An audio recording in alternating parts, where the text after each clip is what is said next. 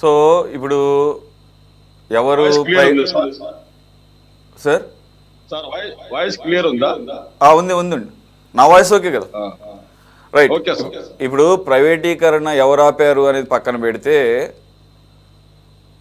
ఆగిందో లేదో కూడా తెలియనటువంటి పరిస్థితి. ఓరల్గా నోటి మాటగా అయితే చెప్తున్నారు కేంద్ర మంత్రుల దగ్గర నుంచి.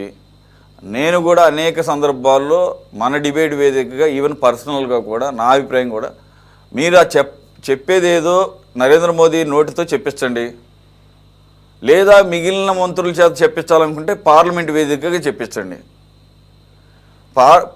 కనీసం ప్రధానమంత్రి ఎక్కడున్నా చెప్పినా పర్లేదు, ఎందుకంటే ఆయన మాటకు ఆ మాత్రం విలువ ఇవ్వచ్చు. ఇక ఆయన కూడా మాట తప్పితే లేకపోతే అబద్ధాలు మాట్లాడి చేయగలిగింది ఏం లేదు. కాబట్టి ఆయన ఎలాగో హెడ్ ఆఫ్ ది క్యాబినెట్ కాబట్టి. కానీ మిగిలిన కేంద్ర మంత్రులు కానీ ఎవరు చెప్పాల్సినా కానీ దానికి కొలమానం కొలబద్ధత లేకపోతే దాన్ని నమ్మదగింది ఏంటంటే పార్లమెంట్ వేదికగా చెప్పాలి. అది చెప్పటంలా బయట చెప్తున్నారు. దానికి తగ్గట్టుగానే చర్యలు కనపడుతున్నాయి. ఏంటా చర్యలు? తీసేస్తున్నారు వేల మందిలో, విఆర్ఎస్ తీసుకుని వెళ్ళిపోతున్నారు, కొంతమంది రిటైర్ అవుతున్నారు. దాదాపుగా 20,000 పైచీలకు కార్మికులు ఉండేవాళ్ళు అన్ని రంగాలు కలుపుకొని దాదాపు 28,000 అనుకుంటా, ఇది సంఘటిత అసంఘటిత రంగం అందరినీ కలుపుకుంటే. ఇప్పుడు 10,000 లోపుకు వచ్చేసింది అంటున్నారు. మరి ఇంత డ్రాస్టిక్ నెంబర్ అంటే దీన్ని బట్టి అనుమానాలు ఇంకా బలపడుతున్నాయి.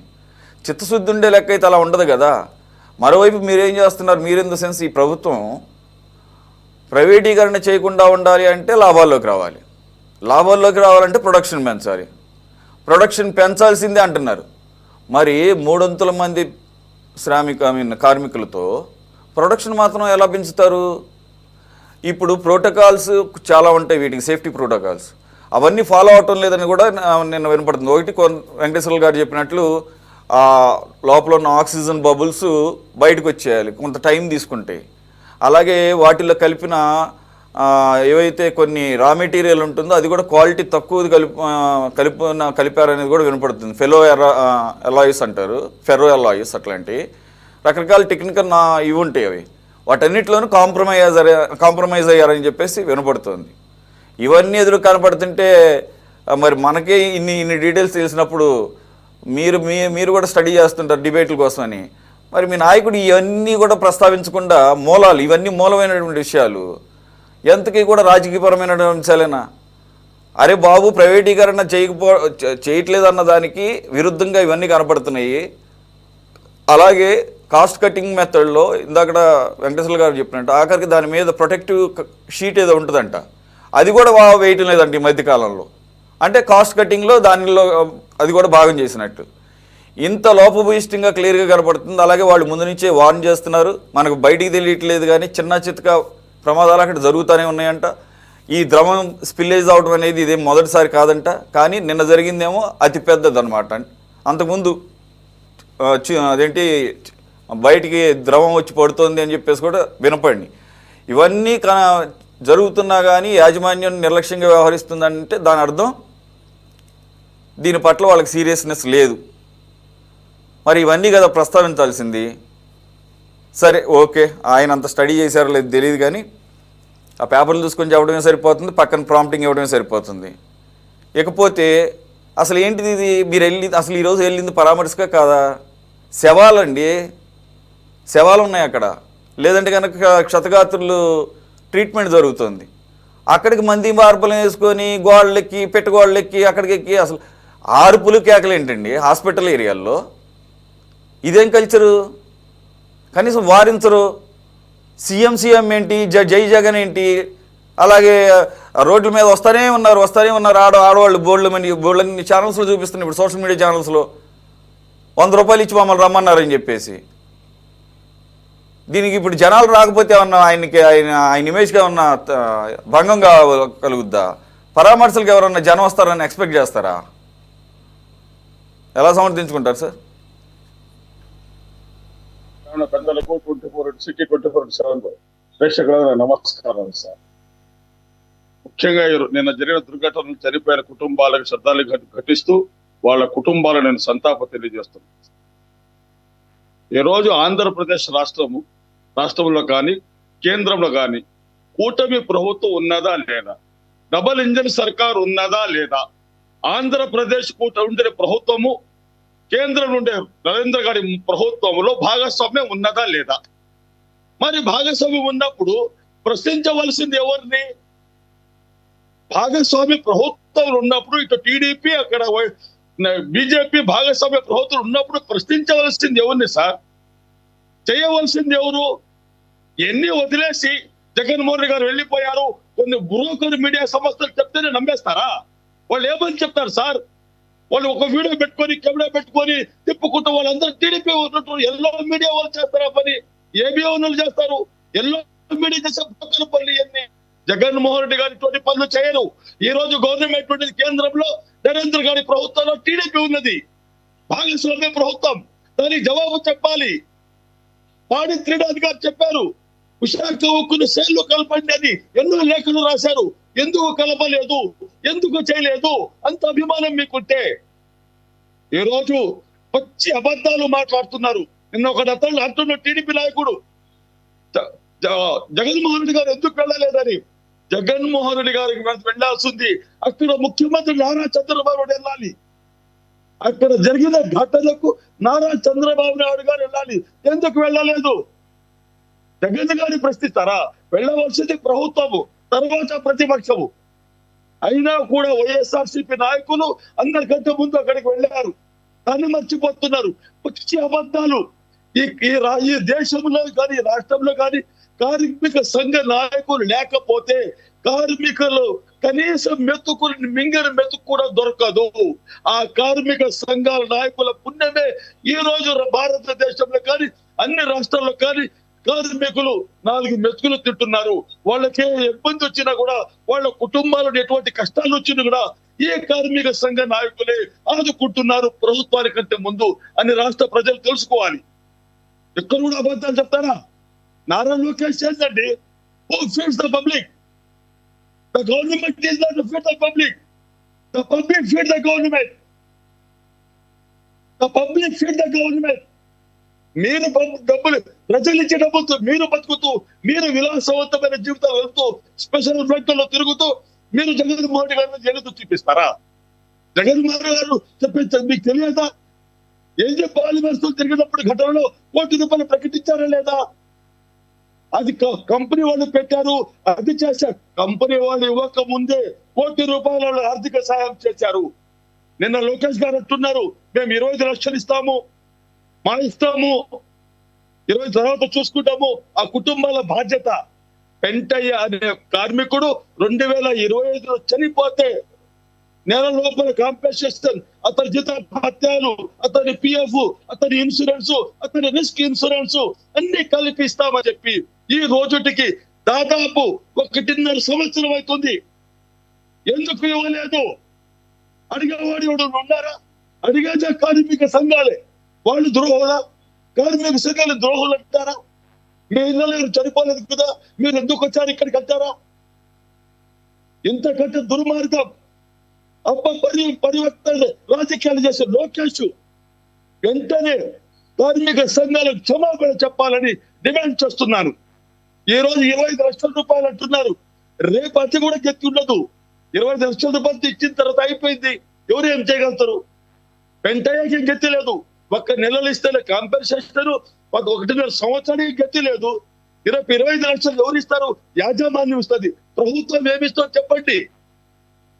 1,72,000 కేంద్రం ఇస్తుంది. అది ఇన్సూరెన్స్, వాళ్ళ సర్వీస్ డబ్బులు, ఇవి అన్ని కలిపి ₹1,72,00,000 కానీ ₹1,50,00,000 దాదాపు వస్తుంది ఆ కార్మికుడికి. అది తీసుకొచ్చి వీళ్ళ ఖాతాలు వేసుకుంటారా? ప్రతి ఒక్కటి అబద్ధాలతో ఈ రాష్ట్రాన్ని మీరు అబ్బా కొడుకులు పవన్ కళ్యాణ్ పాలిస్తారా? ఇంత దుర్మార్గంగా పాలిస్తారా? ప్రజల డబ్బుతో మీరు జలసాలు చేస్తూ, స్పెషల్ ఫ్లైట్ తిరుగుతూ జగన్మోహన్ రెడ్డి గారిని అంటారా? జగన్మోహన్ రెడ్డి గారు ఏం చేశారు సార్? జగన్మోహన్ రెడ్డి గారు ఏం చేశారు? జగన్మోహన్ రెడ్డి గారిని ఏ రోజైతే ఈ ఇన్సిడెంట్ జరిగిందో వెంటనే స్పందించారు. స్పందించవలసింది ఇక్కడ ఎవరు? ప్రభుత్వం స్పందించాలి. ప్రభుత్వం స్పందించడం లేదు. ప్రభుత్వం స్పందించకుండా జగన్మోహన్ రెడ్డి గారు వెళ్తే ఏదో కూలీలు వెళ్ళారు, ₹100 తీసుకు వెళ్ళారు. ఏంది మాటలు సార్? ఇంతకంటే ఘోరం ఇంకోటి ఉంటుందా? ఇప్పుడు మీకు ఏ రోజైనా క్యాప్టివ్ మైండ్స్ గురించి ఈ రాష్ట్ర ఎంపీలు ఏ రోజైనా కేంద్రంతో మాట్లాడారా? ఏ రోజైనా పార్లమెంట్ ప్రస్తావించారా? సిగ్గు లేకుండా మాట్లాడుతున్నారు. ఇప్పుడు ఈ ఎల్లో మీడియా, గోధుమ మీడియా, ఈ యూట్యూబ్ బ్రోకర్ ఛానల్ పెట్టుకొని జగన్మోహన్ రెడ్డి గారు నిందలేస్తారా? ఇంతకంటే ఘోర అవమానం కొట్టుంటుందా? నా ఇష్టం అంటాడు. ఎవరైనా నీ ఇష్టం, నువ్వు ఎవరు? Just you are a custodian of the state, you are not king. Mister Chandrababu Naidu, mister Nara Lokesh, mister Pavan Kalyan, just keep in your mind, you are just a custodian of the state, not a king. రేపు 29 వచ్చేస్తారు, ఓడి ప్రతిశ్రీ బయట మారేస్తారు. మీ మాట వినేవాళ్ళు ఎవరు ఉంటారా? ఏదైనా జరిగితే ఇంటర్ని పరిష్కారం చేయాలి, యజమానంతో మాట్లాడాలి. ప్రతిరోజు మీరు సంఖ్య తగ్గిస్తున్నారు. మంచి నిపుణులను, దాదాపు మంచి నిపుణులను తీసేసి ఇక్కడ నుంచి ఒరిస్సా పంపించేశారు. ఇక్కడ కార్మికులు తగ్గిస్తేస్తున్నారు. 30 మంది పనిచేసే చోట 15 మంది పనిచేస్తున్నారు. ఇంతకంటే దౌర్భాగ్యం ఉంటుందా? ఇప్పటికే 32 విభాగాలను విడివిడిగా తీసి అమ్మేశారు. ఎందుకు? ఏదో విధంగా ఉక్కు కర్మాగారాన్ని ప్రైవేట్ పరం చేయాలి. జీ హుజూర్ అని నరేంద్ర మోడీ గారి కాళ్ళు మొక్కాలి. అది కూడా ఈ రోజు ఆ కళ కూడా వెళ్ళిపోతా ఉంది. టీఎంసీ వాళ్ళు వచ్చేస్తే 20 మంది ఎంపీలు వస్తే మీ అవసరం కూడా ఉండదు. టీడీపీ వాళ్ళు అవసరం కూడా అక్కడ ఉండదు. కేంద్రంలో కేవలం కొన్ని డ్రామాలు మాత్రమే చంద్రబాబు నాయుడు గారు చేస్తున్నారు. ప్రజలంటే గిట్టదు, పేదలంటే గిట్టదు.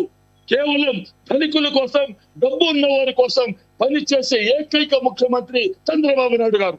కేవలం అబద్ధాలతోనే చంద్రబాబు నాయుడు రిక్షాలు వెళ్ళాడు, చంద్రబాబు నాయుడు బస్సులు వెళ్ళాడు, చంద్రబాబు నాయుడు సైకిల్ దొక్కారు, చంద్రబాబు నాయుడు చేపల కూర వండారు. ఇటువంటి డబ్బా మాటలు చెప్పుకుంటూ, డబ్బా యూట్యూబ్ ఛానల్ చూపించుకుంటూ ప్రతిరోజు ఇదే చేస్తున్నాం. రాష్ట్ర అభివృద్ధి కోసం ఏం చేశాము, ప్రజల భవిష్యత్తు కోసం ఏం చేస్తాము, 4 లక్షల ఉద్యోగాలు ఇచ్చాము. ఎక్కడ ఇచ్చాడు? ఒక స్పెషల్తో వదిలిపెట్టాలి, తీర్థ బయట పెట్టండి. మేము ఇన్ని ఉద్యోగాలు ఇచ్చాము అని చెప్పే ధైర్యం లేని చంద్రబాబు నాయుడు గారు ఈ రోజు జగన్మోహన్ రెడ్డి గారి మీద ఈ ఎల్లో మీడియా ద్వారా అటాక్ చేయడం అనేది సిగ్గుచేటు. ఇంతకంటే దుర్మార్గం ఇంకొకటి ఉండదని నేను ఈ రాష్ట్ర ప్రజలు తెలియజేస్తున్నాను.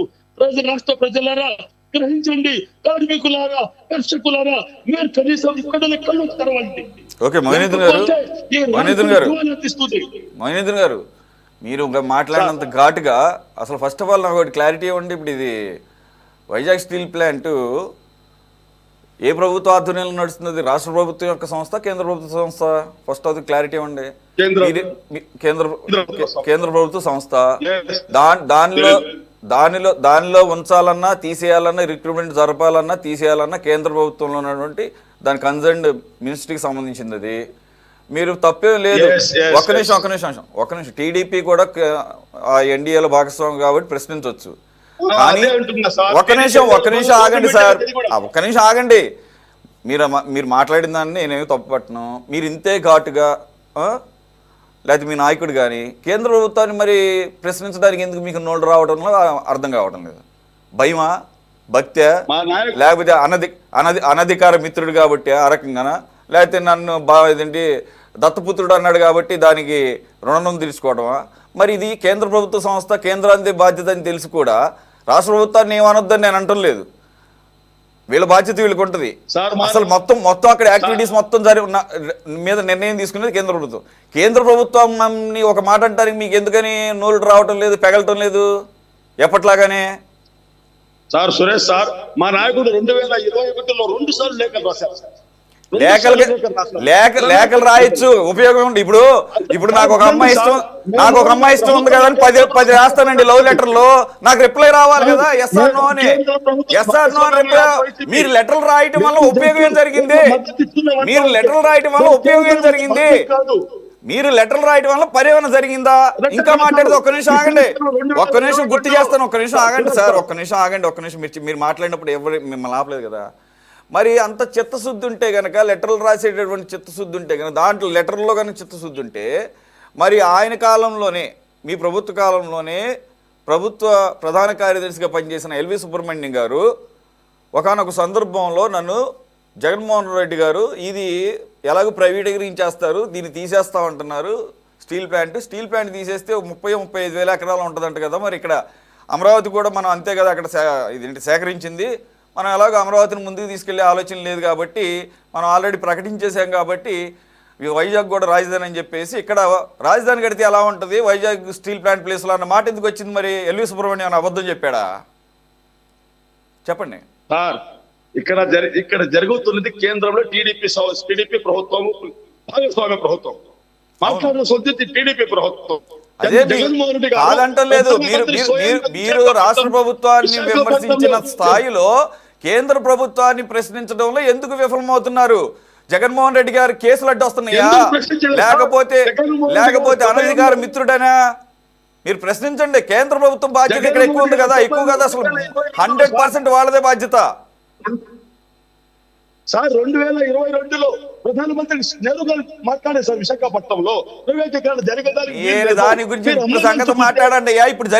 ఇప్పుడు జరిగిన దానికి బాధ్యులుగా కేంద్ర ప్రభుత్వాన్ని మీరు ప్రశ్నించడంలో ఎందుకు తడబడుతున్నారు?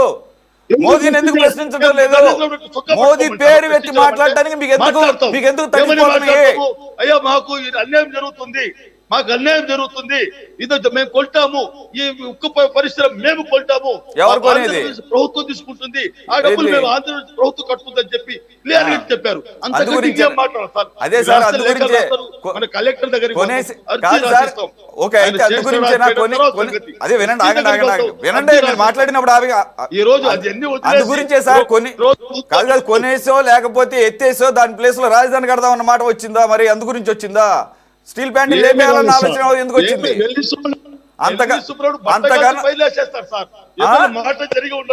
ఏమైంది ఒకసారి చెప్పండి ఏంటి? ఎల్వి సుబ్రహ్మణ్యం ఒక నిమిషం ఆగండి. ఎల్వి సుబ్రహ్మణ్యం ఏంటంటే హరిశ్చంద్రుడు అబద్ధాలు ఆడారు.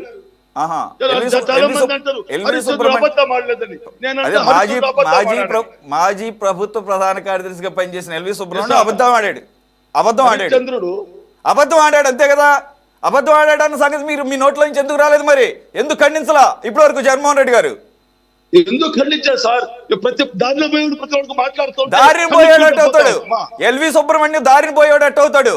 ఎల్వి సుబ్రహ్మణ్యం గారు మీ జగన్మోహన్ రెడ్డి కింద ప్రభుత్వ ప్రధాన కార్యదర్శిగా పనిచేశాడు. మోసం చేసేయండి ఎల్వి సుబ్రహ్మణ్యం గారు. ఆ రోజు ఎందుకు మాట్లాడుతున్నాగానే ఒక్కసారి కాదు ఆయన పలు సందర్భాల్లో పలు ఛానల్స్ కి ఎంట్రీ ఇస్తూ ఆ మాట మాట్లాడేసరికి నాకు మైండ్ బ్లాక్ అయిపోయింది. అదేంటి సార్ అలా అంటారు? వైజాగ్ స్టీల్ ప్లాంట్ని కాపాడుకుందాం అని చెప్పేసి ఆంధ్రుల హక్కని మనం అనుకుంటా ఉంటుంటే నువ్వు అన్నిటికీ ఎలాగ అడ్డం పడతావు, నువ్వు దేన్ని నువ్వు అని చెప్పేసి రివర్స్ అన్నాడు. ప్రపంచంలో ఇటువంటి ఆలోచన వస్తుందని చెప్పేసి ఎవ్వరు ఊహించరు సార్ అని చెప్పేసి ఆయన అనేక ఛానల్స్కి మరి ఇంటర్వ్యూలు తీసుకుంటాం. కాబట్టి ఏంటంటే మన చిత్తశుద్ధి ఏంటో ఈరోజు మనం మాట్లాడిన దాంట్లో కూడా ఉంది. మీకు దమ్ముంటే, మీకు చావుంటే మోదీని పేరు పెట్టి కేంద్ర ప్రభుత్వాన్ని ఏలుపెట్టి మీ యొక్క విధానాల వలన ఈరోజు యాక్సిడెంట్ జరిగిందన్న ఒక్క మాట మీరు మాట్లాడండి. అప్పుడు చంద్రబాబు మాట్లాడారు. ప్రభుత్వం ఆయన ఉన్నాడు, ప్రతిపక్షాలు కేంద్ర ప్రభుత్వం ఎవరు నడుపుతున్నాడు? కేంద్రాన్ని ఎవరు నడుపుతున్నాడు? ఈ సంస్థ ఎవరి కింద ఉంది? కేంద్రంలో ఎవరున్నారు? కేంద్ర ప్రభుత్వాన్ని నడిపేది ఎవరు? చంద్రబాబు నాయుడు కాదు. కేంద్ర ప్రభుత్వంలో చంద్రబాబు నాయుడు ఉన్నాడా? కాదు. కేంద్ర ప్రభుత్వానికి హెడ్ చంద్రబాబు నాయుడా? అంటే ఆయన ప్రధానమంత్రిని కూడా చేసేసారు మాకు తెలియకుండా. మీకు దమ్ము లేదని చెప్పండి, మీకు దమ్ము లేదు భయం అని చెప్పండి, మీకు ప్యాంటులు తడిసిపోతాయని చెప్పండి. Right, okay. మీకెంత దమ్ముందో అదే మనకి జనాలను తరలించడం. ఒక్కసారి రెడీ ఉందా పీసీఆర్? అది ఎల్లో మీడియా అది వేరే యూట్యూబ్ ఛానల్స్. ఆగు, విన్న తర్వాత మాట్లాడు. Is the bite ready PCR? Is that video ready PCR? Ready ఉందా? మీ స్టీల్ ప్లాంట్ సంబంధించిన మీరు తీసుకొచ్చారు. స్టీల్ ప్లాంట్ సంబంధించిన వాళ్ళు కాదా అంటున్నాను.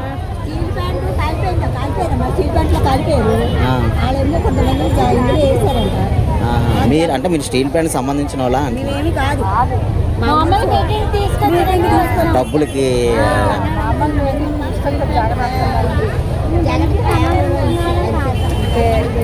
ఎంత ఇస్తారన్నారు? 100 రూపాయల?